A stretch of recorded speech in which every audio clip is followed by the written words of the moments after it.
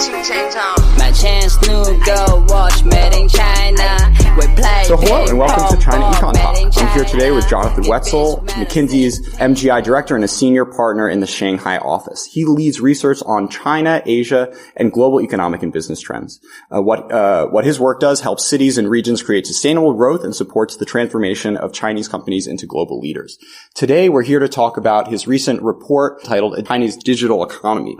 First, Jonathan, thanks so much and welcome to the show. Thank you, Jordan. So before we jump into this topic, if we could just get a little bit of your China story. So what first brought you here and kept you in the Middle Kingdom? Opportunity for both.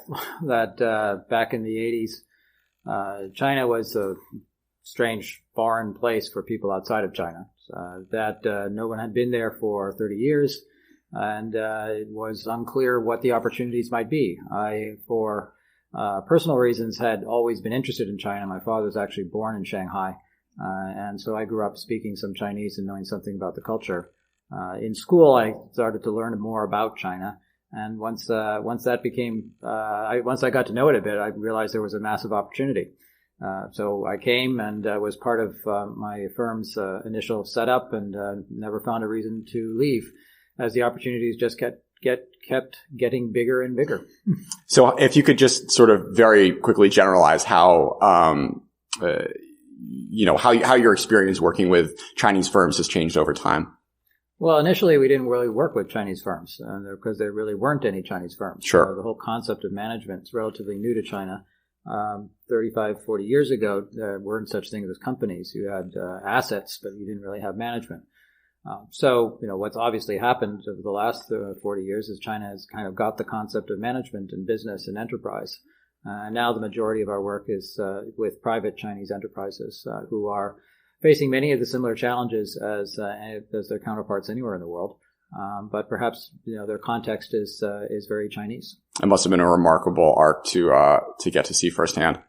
Yeah, it was. It's been a great ride because essentially it's been the story of how hundreds of millions of people have sort of jumped into the sea and sort of figured out how to become entrepreneurial, how to help themselves become richer, and with that, the economy and the society has become much more complex and more interesting. Sure.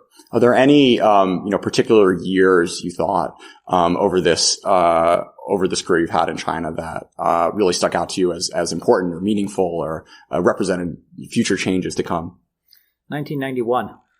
Sure. Mostly because it was 2 years after 1989, and it took about a year or two for business to recover from what was this initial shock about China went through its first post-reform cycle, coincident with Tiananmen, and so 2 years later, business came back. So it was sort of a vote of confidence, if you will, for the Chinese economy and the reform process. So that was a pretty big year, all things considered. And then, of course, there have been other big years along the way. Notably, China's gone through at least two of those cycles. There was that one, and there was the one following it with SOE adjustments and reform. And again, another transition and another vote of confidence in the early 2000s in the Chinese economy. Sure. So China has its cycles.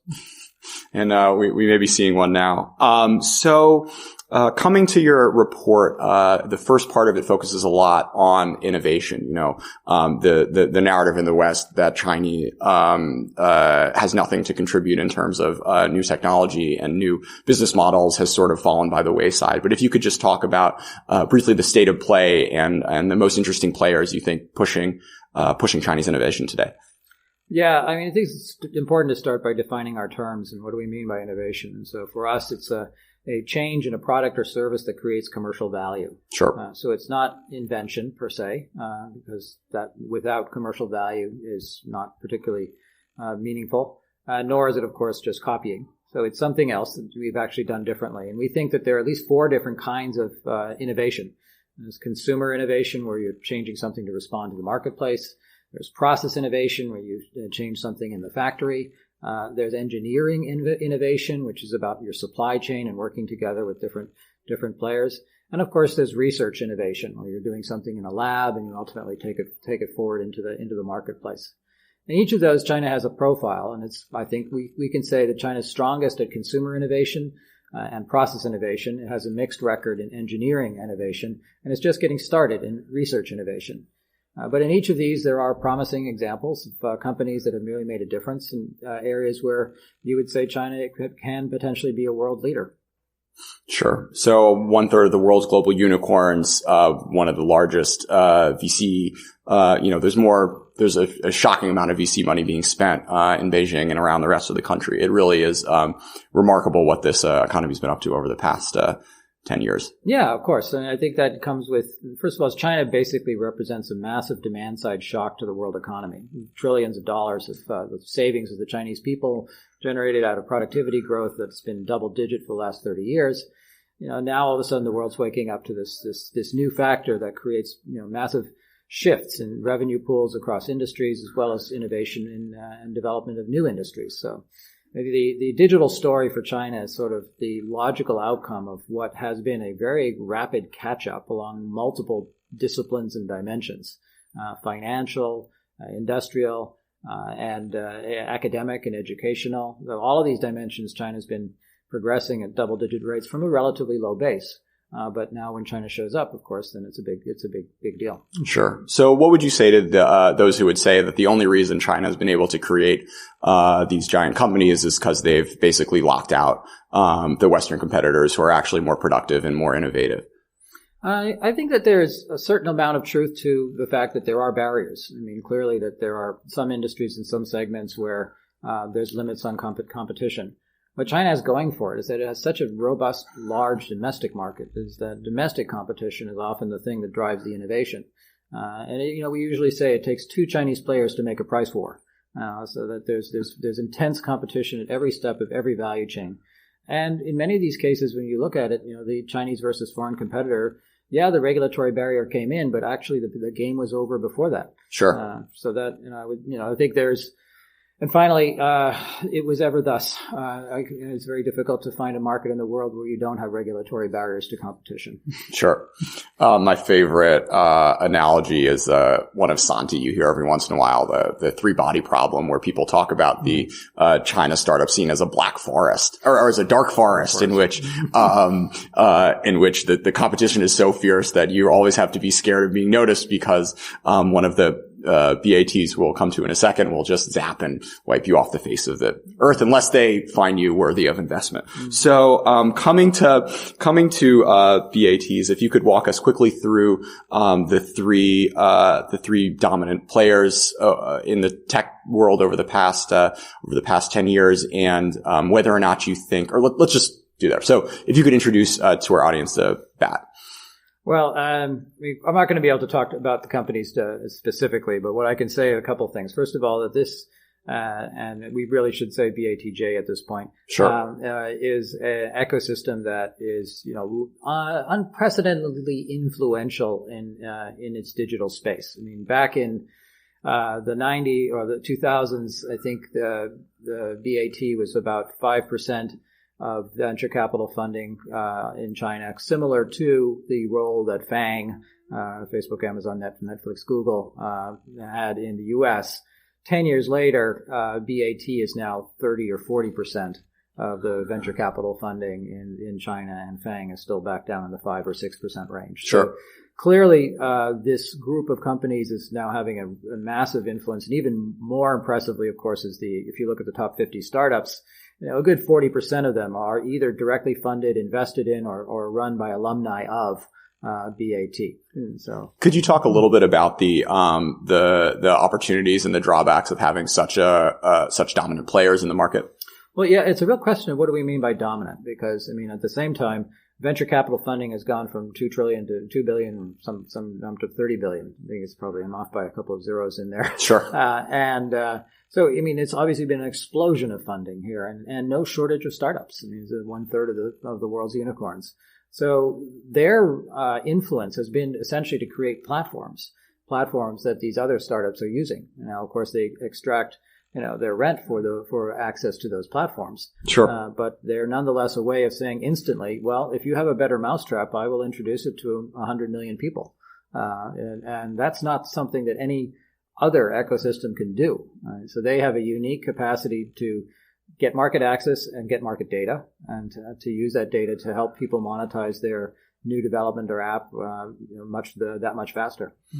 So one of the big opportunities for Chinese startups and these venture firms, as opposed to more developed economies, is the almost shocking not shocking inefficiencies, but the large inefficiencies that are still around in such a giant economy. So if you could speak a little bit to that and how these companies are looking at fixing these problems for consumers and businesses. Right. Well, as anybody who has spent any time in a Chinese bank, travel agency, department store, I can attest. I mean, things could be better. Sure. The productivity is relatively low, service is relatively poor. So, in that context, online represents an extremely viable and attractive alternative. As a result, you have this double-digit growth and 40% of the world's e-commerce and so forth, 11x the U.S.'s version of mobile payments. So all of that is to say, online grows to some extent because offline is so horrible. But that said, what we're really seeing, as our friends at Ali would say, and I can say this, is that, a omni-channel or a unichannel where there is a seamless blending of online and offline, because everybody uses both. There's very few people who live a purely online world, or at this stage a purely offline world. That there's an interconnect of these things. So essentially, digital allows us to make better choices and it also allows us to deliver better products and services. And any company which doesn't have a digital capacity, when it's not a digital strategy, it's just an integration of digital, is at a competitive disadvantage. Could you talk just on a personal note about which headaches you think have been alleviated for you living in China over these years and which still bug you and are waiting for good solutions? I think obviously share bikes and, the whole QR codes have been an enormous revolution. It's just payment mechanism. And so that has enabled, QR codes enabling things like share bikes. Sure. Makes exercise possible. Sure. In a way which it might not have been otherwise. And so you would like to have the 10 or 15 minutes a day to sit down and cycle and sort of see the world in a different way. And, that's been enabled by technology. And now, still finding a decent dry cleaner. Now, that appears to be a bottleneck that I haven't been able to solve yet. So I'm looking forward to the sharing economy kind of getting to that point. All right. Well, all those potential startup founders out there, listen in.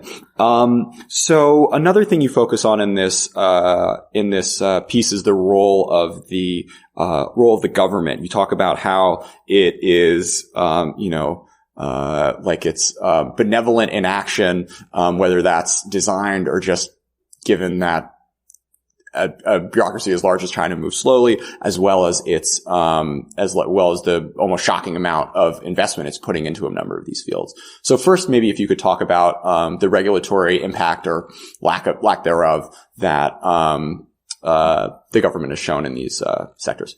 Well, I think there's two things going on here. One is the government has a keen appreciation for the role of the consumer going forward, and I think that battle has been well and truly won in the mind of the government. That the driving force of the economy will be the consumer, and so we need to support the consumer. So anything the consumer wants, the government is not likely to stand in the consumer's way.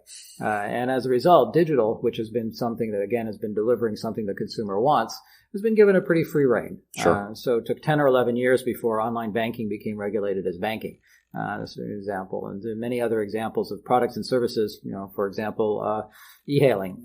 This was not completely unregulated, and same for the share bikes. And so it only gets regulated at the point where the consumer starts to complain about something. Yeah. Whether it's surge pricing or some fraud or something like that. Mm-hmm. Then the government will step in. It won't actually regulate the service, but it will regulate the consequence. And so what is the problem? We'll see what happens with kindergartens in the next year or two. Well, kindergartens got regulated after a while. Yeah. Because of safety and security. That was mainly it. So people were starting to worry about physical issues. So it was the food that was being served, and it was the quality of the playground equipment. Those are the stuff that got regulated, not actually your ability to open a school or not. Sure. I think that we're going to see more complexity in this, and more capacity from the regulator to do stuff. We've called it benign neglect. Other people might say watchful waiting. Essentially, they're willing to see the product or service in the marketplace and then, adapt, figure out what's the appropriate level of intervention or license to inspect it.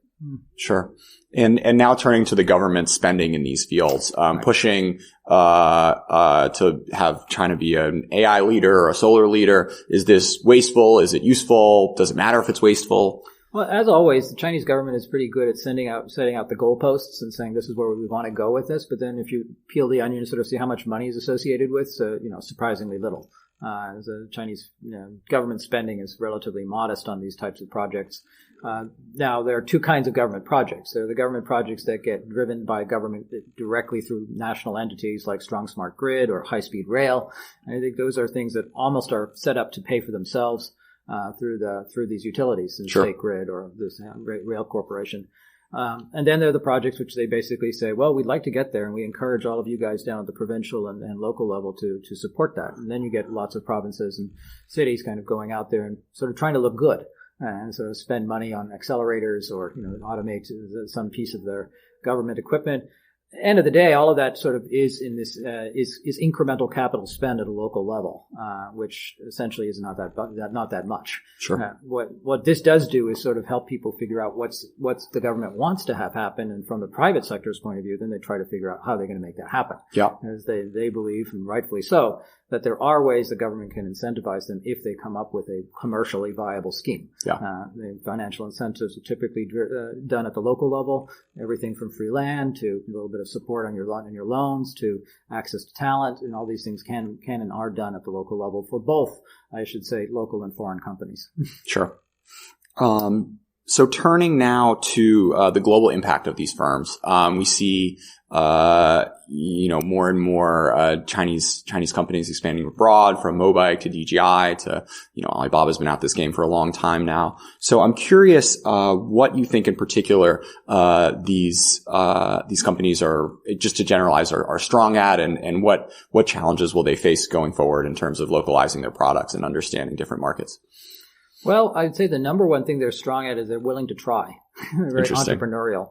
And that contrasts perhaps to previous generations of globalizers from Korea or Japan, which perhaps also because their context was different. Back then, you didn't have so many opportunities to buy things. It wasn't really a private equity industry. And there were more barriers, and there weren't as many targets. So current Chinese enterprises are more willing to acquire. They're more willing to try to go on their own, to do something in parallel, both organic and inorganic. But that's their, I think, competitive advantage in many cases. Beyond that, Chinese companies have grown up in China, so they have this feel for an emerging market requirement. So if you go look at Africa or the Middle East or even India, you start to see products and services in a business model which is fit for purpose, more for an emerging market context, and particularly an emerging market urban consumer context.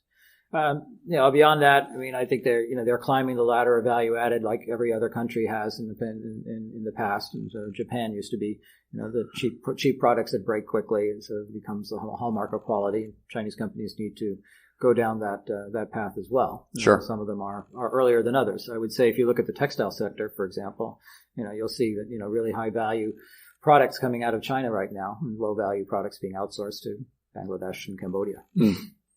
So overall, this is a very optimistic thesis. I'm curious if you could walk us through some potential risks that may, hamper Chinese firms taking over the world. Well, I don't think they're going to take over the world. Or hamper the innovation, hamper the continued expansion and development. I think this is, in many ways, I would argue China's done the hard bit. The hard bit is to do double-digit growth for 30 years. Sure. Not too many economies have done that. And that's partly because of starting point. It's a really low starting point. But there are not too many economies who have gotten their act together at such a low starting point to sustain 30 years of growth either. Sure. Typically people fail. So that now it's about sustaining and rejuvenating and renewing the model. And innovation is what you do once you have the capacity to do it. And basically you need three things to do innovation. You need market, you need companies, you need regulators. Who are a system, if you will. Sure. So China has a market, China has the companies, China has a system. And so the simple fact is China is going to spend more on innovation than any other country in the world. The way in which it innovates is not so bad. You maybe say some strengths and weaknesses. And it's going to be global innovation. As you go to any research lab in China, you will find people who have been educated everywhere in the world. Sure. If they don't come, even if, it may come from other places in the world. So it's a uniquely global environment. So all that says to me is that, why wouldn't you expect this? This would just be natural. It's sort of a consequence or an outcome. So either you buy the Chinese economy growing, in which case you buy Chinese innovation, or you think it's going to fail. And so your bet on innovation is really just a bet on the Chinese economy and its ability to sustain growth. Sure. So it's a more macro question in the end, because as long as the macro factors are working out, then these companies are going to keep doing what they've already proven themselves able to do. Technology and innovation follows market. Sure. And yeah, I don't think it's going to be a uniformly successful model. I think we should expect to see a number of flameouts. I can say blue go-go because it just failed. Sure. But sure. I mean, as I said, it takes two Chinese companies to make a price war, and when you get 100% overcapacity, you're going to see some failures. But that's called capitalism. Sure. Awesome. Well, thanks for that. So before we wrap up, if you could just maybe recommend 2 books for folks interested in this topic, and then one about anything related to China, or one topic that you think has not been properly covered, given the appropriate book length treatment. Wow. Well, I mean, there's too many things to recommend. I've puzzled, but I would say, read MGI. I mean, seriously, McKinsey Global Institute. It's probably the best sort of set of commercially available think tank reports. But if you want a book, then I really, my favorite author is Jonathan Spence. Sure. And as a historian of China, so someone who has the view of centuries around what's happened in China. I like everything he's ever written, from The Question of Who to Memory Palace of Matteo Ricci. Absolutely. As far as a book that hasn't been written and that should be, I think there is a story to be told about Chinese innovation and the challenges of reintegrating into Chinese society. And how people who come back from outside get to be inside, and what really drove that. Sort of how did they experience their initial rejections? What drove them to go outside? How did they think that was even possible to make a round trip? Sure. Did they think it was possible? Was it all happenstance? I think that would give a lot of encouragement to many people in China to show the diversity of paths. Sure. Great. Well, thank you so much for this. My pleasure. Thanks, Ben. 我要从南走到北，我还要从北走到黑。我要人们都看到我，但不知道我是谁。